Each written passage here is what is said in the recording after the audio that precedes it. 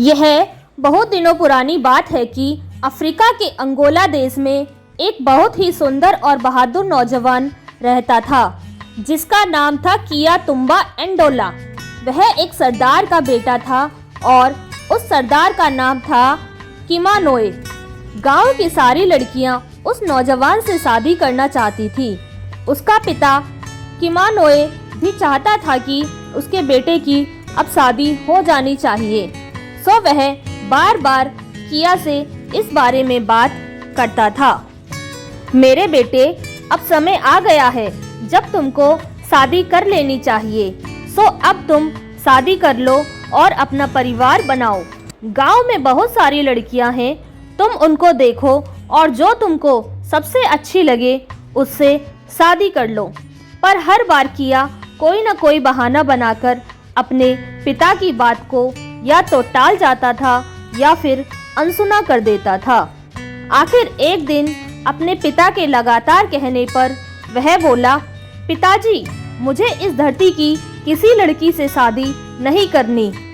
किमानोजे को लगा कि शायद उसकी समझ में नहीं आया कि उसके बेटे ने क्या कहा। सो उसने उससे फिर कहा, तुमने क्या कहा बेटा? तुम किससे शादी करना चाहते हो? किया कुछ नाराजगी से बोला, मैंने कहा ना पिताजी कि मुझे इस धरती की किसी लड़की से शादी नहीं करनी। यह सुनकर तो उसका पिता और भी आश्चर्य में पड़ गया और उसने पूछा, तब तुम किससे शादी करना चाहते हो बेटा? मुझे अगर शादी करनी ही पड़ी तो मैं भगवान सूरज और रानी चांद की बेटी से शादी करूंगा।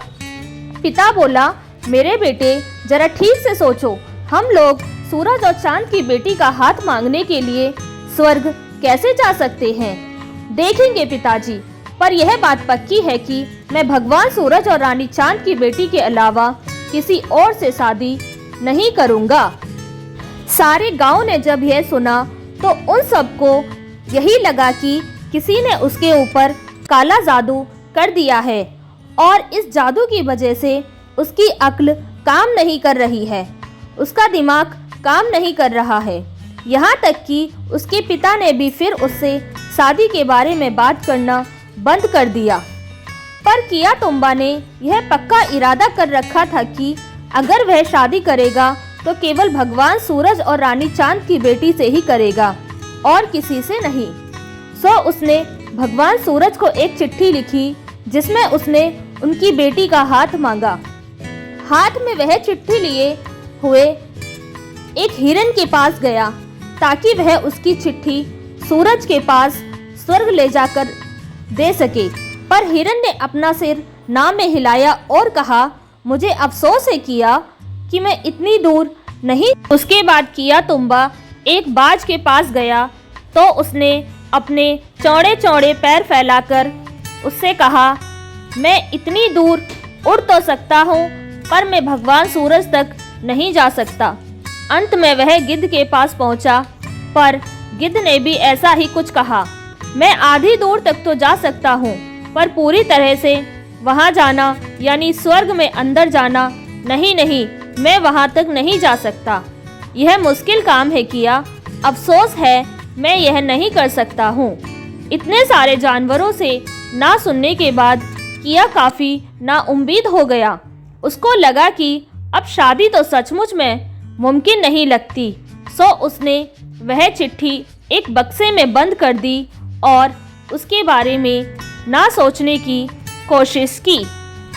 उधर भगवान सूरज और रानी चांद की दासियां धरती पर किया तुंबा के गांव के पास वाले कुएं से पानी भरने के लिए आया करती थी। वहीं उस कुएं में एक मेंढक रहता था। उसने उसको वहां से पानी ले जाते हुए कई बार देखा था।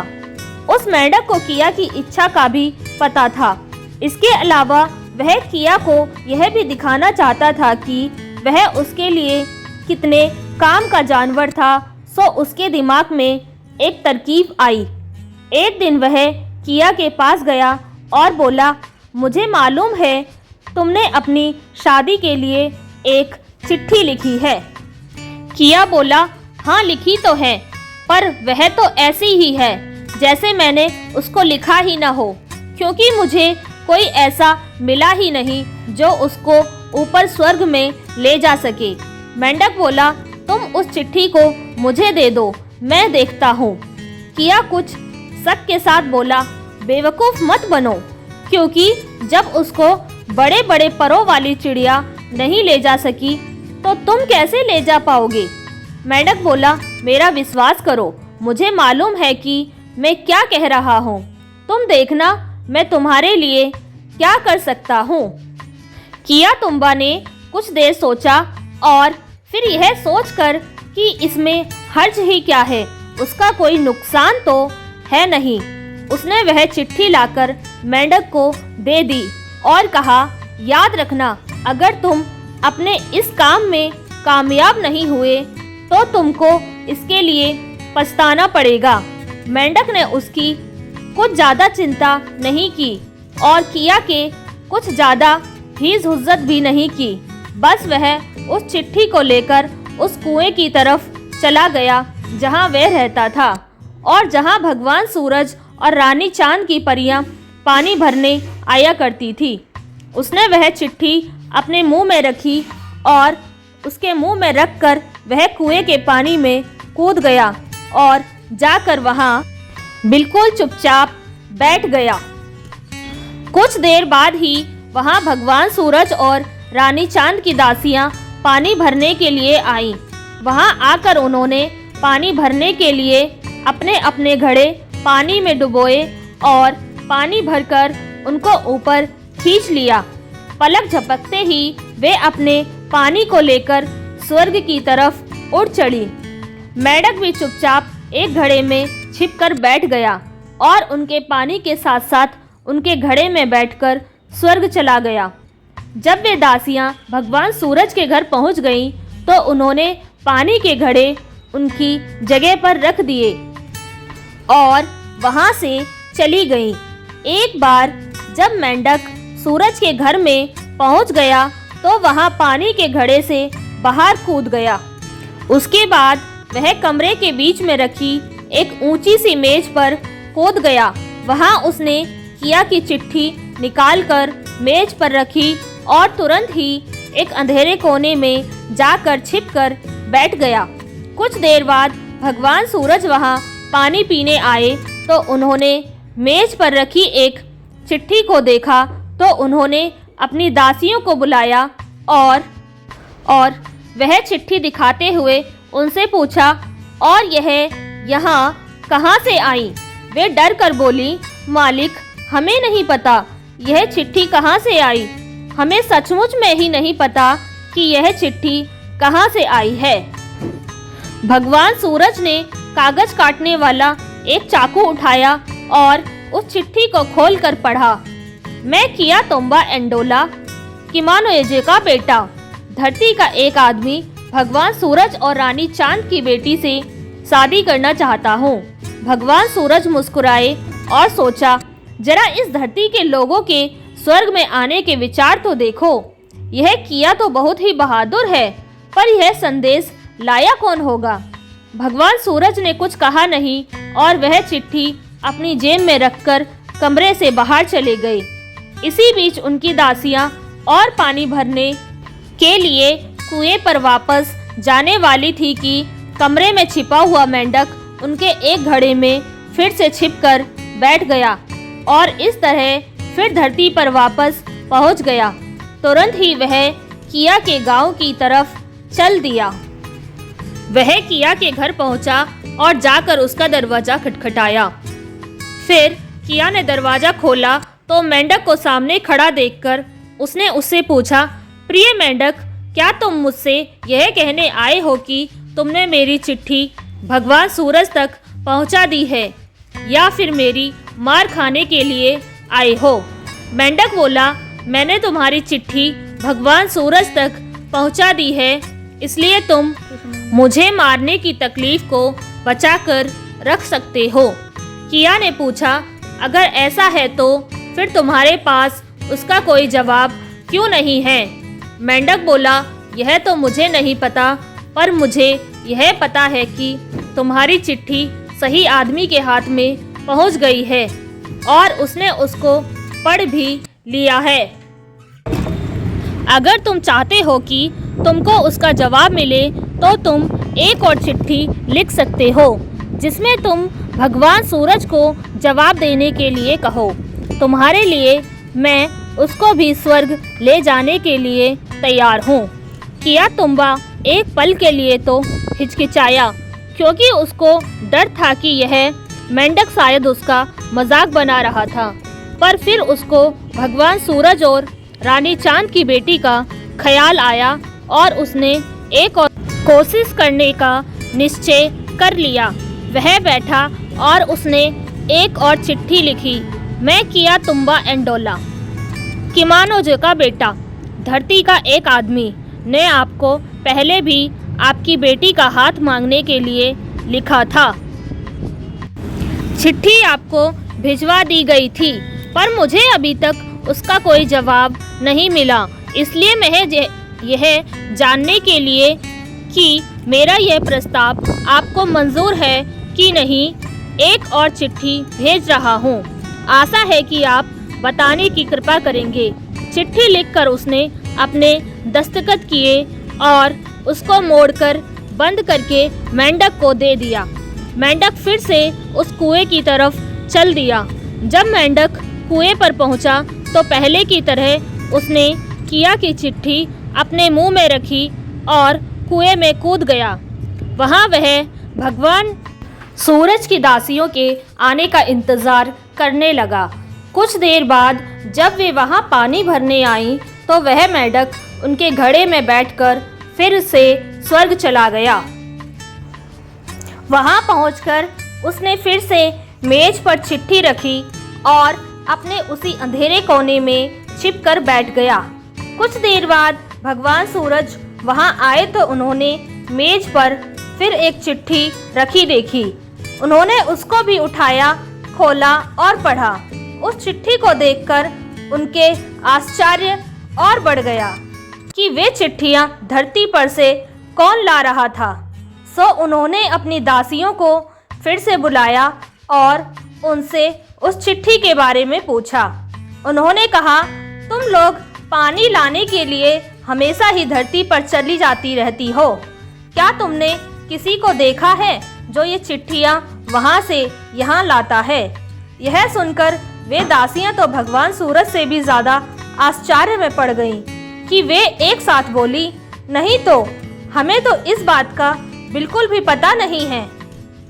यह सुनकर भगवान सूरज ने अपना सिर खुजलाया, पर उनकी समझ में यह नहीं आया कि वे चिट्ठियाँ उनके पास तक पहुँच कैसे रही हैं। फिर भी उन्होंने एक कागज़ लिया और उस पर लिखा, तुम मुझे चिट्ठियाँ भेजते रहे हो, कैसे यह मैं नहीं जानता। उन चिट्ठियों में तुमने मुझे लिखा था कि तुम मेरी बेटी से शादी करना चाहते हो। मैं तुमको उससे शादी करने की इजाज़त दे सकता हूँ, पर इस शर्त पर कि तुम खुद यहाँ उसके लिए पहली भेंट लेकर आओ, ताकि मैं यह देख सकूं कि तुम किस तरह के आदमी हो। फिर उन्होंने उस चिट्ठी पर दस्तखत किए और बंद करके उसको वही मेज पर रख दिया। मेज पर चिट्ठी रखकर वह वहाँ से चले गए। जैसे ही भगवान सूरज वहाँ से गए तो मेंढक अपनी जगह से निकला, मेज पर कूदा, चिट्ठी उठाकर अपने मुंह में रखी और एक घड़े में जाकर बैठ गया। जब भगवान सूरज की दासियां फिर से पानी भरने के लिए धरती पर गईं, तो वह भी उनके साथ साथ धरती पर चला गया। जब तक वे दासियां वहां से स्वर्ग गईं, तब तक वह वहीं छिपकर उनके जाने का इंतजार करता रहा। जैसे ही वे स्वर्ग चली गईं, वह तुरंत गांव में किया के घर की तरफ भाग गया। किया ने दरवाज़ा खोला तो उसने भगवान सूरज की चिट्ठी उसके हाथ में थमा दी। किया को तो अपनी आंखों पर विश्वास ही नहीं हुआ कि वह भगवान सूरज के हाथ की लिखी चिट्ठी पढ़ रहा था। किया खुश होकर बोला, इसका मतलब है कि तुम सच बोल रहे थे दोस्त मेंढक। मैं उनके लिए अभी जाकर पहली भेंट तैयार करता हूँ, ताकि तुम उन्हें भगवान सूरज के पास ले जा सको। सो उसने एक चमड़े का थैला लिया और उसमें सोने के 40 सिक्के रखे और फिर एक और चिट्ठी लिखी। आदरणीय भगवान सूरज जी और रानी चांद जी, यह आपको मेरी पहली भेंट है। मुझे अफसोस है कि मैं आपके पास खुद नहीं आ सकता। मुझे धरती पर ही ठहरना है क्योंकि मुझे अभी शादी की तैयारियां करनी हैं। और मेंढक किया की चिट्ठी और पहली भेंट लेकर पहले की तरह से फिर से स्वर्ग पहुंच गया। उसने वह चिट्ठी और पैसों का थैला मेज पर रखा और जैसे गया था वैसे ही वापस आ गया। इस तरह मेंढक कुछ समय तक किया और भगवान सूरज के बीच संदेश लाता ले जाता रहा। किया की भेंट भी ले जाता रहा। इस तरह दिन दिन करके एक महीना निकल गया, फिर दूसरा महीना भी निकल गया और फिर आया वह दिन जिस दिन किया की शादी भगवान सूरज और रानी चांद की बेटी से होनी थी। पर किया तुम्बा अपना मन पक्का नहीं कर पा रहा था क्योंकि उसको बहुत चिंता लगी थी। 12 दिन तक वह पलक तक नहीं झपका सका था। आखिर उसने मेंढक को बुलाया और उससे अपनी चिंता बताई। वह बोला, दोस्त, मैं खुद तो अपनी पत्नी को लेने के लिए स्वर्ग नहीं जा सकता और न मैं किसी और को जानता हूँ जो उसको यहाँ धरती पर ला सके। मैं क्या करूँ? मेंढक तुरंत ही बोला, पर मैं तो हूँ, मैं वहाँ जाऊँगा और फिर पता लगाता हूँ कि उसको यहाँ कैसे लाया जा सकता है। तुम चिंता ना करो। किया तुम्बा को मेंढक की तसल्ली देने पर भी तसल्ली नहीं हुई।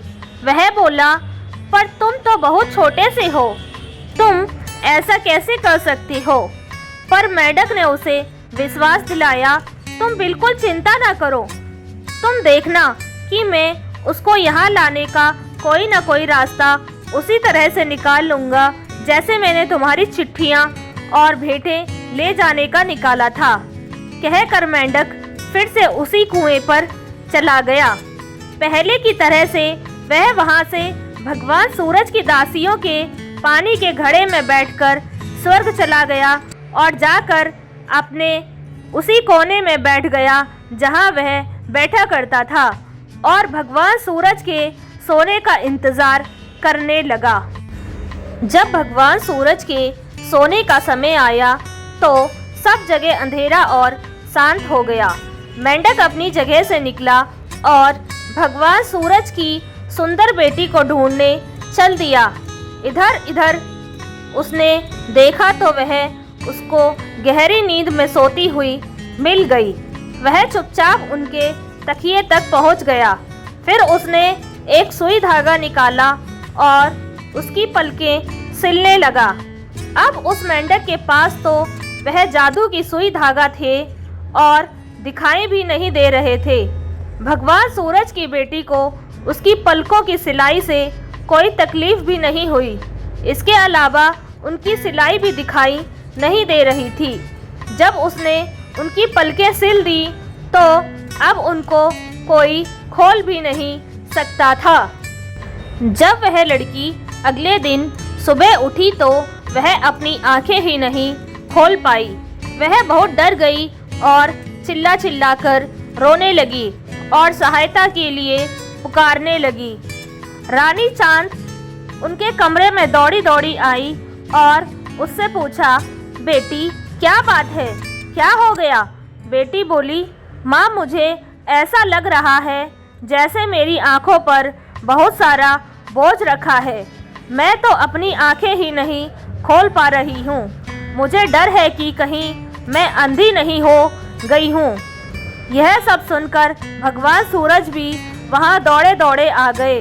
उन्होंने भी देखा कि उनकी बेटी की आंखें तो बंद हैं। वह बोले, वैसे तो सब कुछ ठीक लग रहा है, पर ऐसा लगता है कि किसी अनदेखी ताकत ने इसकी पलकों को नीचे कर रखा है। वह कौन सी ताकत हो सकती है? शायद कोई जादू, क्योंकि कल तक तो यह ठीक थी। रानी चांद ने चांदी के आंसू बहाते हुए भगवान सूरज से पूछा, तो अब हम क्या करें? भगवान सूरज बोले, मैं अपने 2 दूत अपने अक्लमंद ओझा एनगोम्बो के पास भेजता हूँ। वह हमको बताएंगे कि हमें क्या करना है। यह कहकर उन्होंने अपने 2 नौकरों को बुलाया और उनको एनगोम्बो के पास धरती पर भेजा। मेंढक वहीं बैठा यह सब सुन रहा था। वह तुरंत ही एक घड़े में कूद गया और अपने पुराने तरीके से धरती पर पहुंच गया। वह उन दूतों के पहुंचने से पहले ही उस ओझा एनगोम्बो के घर पहुंच गया। दूतों ने रास्ते में सहतूत की झाड़ियां देखी तो वे कुछ देर तक वहीं रुक गए। उधर ओझा अपने किसी काम से घर से बाहर गया हुआ था, तो इस मौके का फायदा उठाते हुए मेंढक उसके घर में घुस गया और अंदर से घर का दरवाजा बंद कर लिया। उस ओझा के घर में उसका मुखौटा दीवार पर टंगा हुआ था, जिसको वह अपनी रस्में करते समय पहना करता था। सो वह मुखौटा उस मेंढक ने पहन लिया। कुछ देर बाद भगवान सूरज के दोनों दूत वहां आ पहुंचे। उन्होंने ओझा के घर का दरवाजा खटखटाया तो मुखौटा पहने मेंढक ने अंदर से पूछा, कौन है? उसकी आवाज़ सारी झोपड़ी में गूंज गई। दोनों दूतों ने कहा कि हम भगवान सूरज के दूत हैं, क्या हम अंदर आ सकते हैं? मेंढक जल्दी से बोला, नहीं नहीं, तुम अभी अंदर नहीं आ सकते, यह नामुमकिन है।